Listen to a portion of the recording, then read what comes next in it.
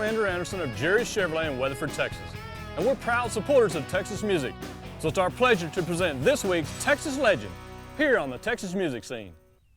Billy Joe Shaver's debut album, Old Five and Dimers Like Me, and his contributions to Waylon Jennings' Honky Tonk Heroes set the foundation for a songwriting legacy that has left a huge impression on artists everywhere. That was just the beginning, and he's still out there today doing it. Billy Joe Shaver, this week's Texas Legend. Man, Billy Joe Shaver, what a Texas legend. Billy Joe Shaver, man, he's a true Texas legend, and he's a beautiful man. He shines whenever you see him play live. You can just see a halo all around him.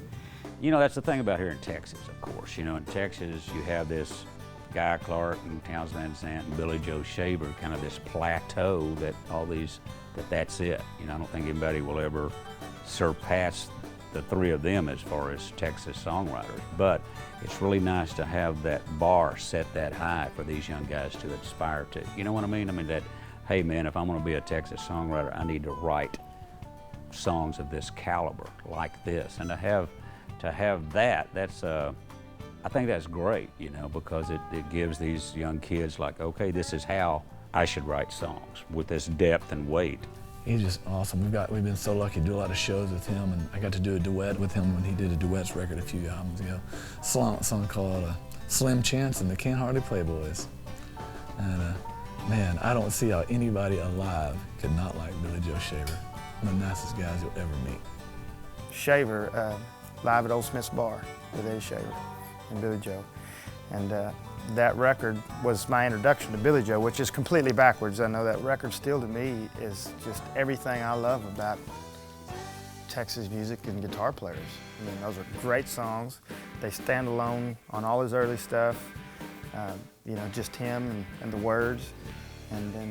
But you can still put the smoking, serious guitar on top of it, and if you do it right, it's a whole nother thing, you know. And that was my introduction to Billy Joe. So he was really, he and Eddie both as a group, but they were, that's my Elvis.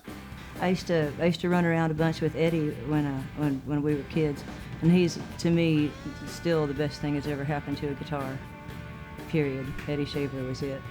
You know, when I was just starting out writing a lot of country stuff, and they were doing all the Shaver records of him and Eddie, man, I was just blown away by all the live records and all the stuff they were doing. And his songwriting is just, you know, he's another one of those guys that a lot of people don't know who Billy Joe Shaver is, but I guarantee you they know his songs. When I was in college, Billy Joe was supposed to do an in-store at a record shop. And I got in my car and I went down there, and I was real nervous. I've never done anything like this, but I took my old guitar and I wanted him to sign it. So I was waiting in the parking lot and waiting for a bus, or I didn't know what I was looking for. And finally this guy pulls up in a little rusty minivan, you know. And Billy Joe gets out of one side and Eddie gets out of the other side, and I'm like, here we go. And I said, Mr. Shaver, would you please sign my guitar? And he very politely said he would, and took it and was signing. As he was signing it, he said, are you thinking about playing this for a living? And I very confidently said, yes, sir. And he handed it back to me and looked me dead in my eyes and said, well, don't.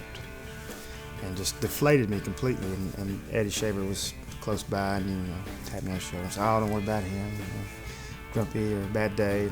And now I understand that, being on the road. I know what kind of day that day was, and it all makes sense. And he's the biggest hero I have, and he told me to stop, and I still admire him, you know, because I understand what he meant by that. And Billy Joe is just a beautiful man who writes some amazing songs, has great choice in just not only lyrics, but just in delivery. He doesn't lie. Everything that you hear come out of his mouth is the truth, and that's why I love Billy Joe Shaver. Coming up next, Hayes Carll performs an acoustic version of I Got a Gig from his album Trouble in Mind. So keep it right here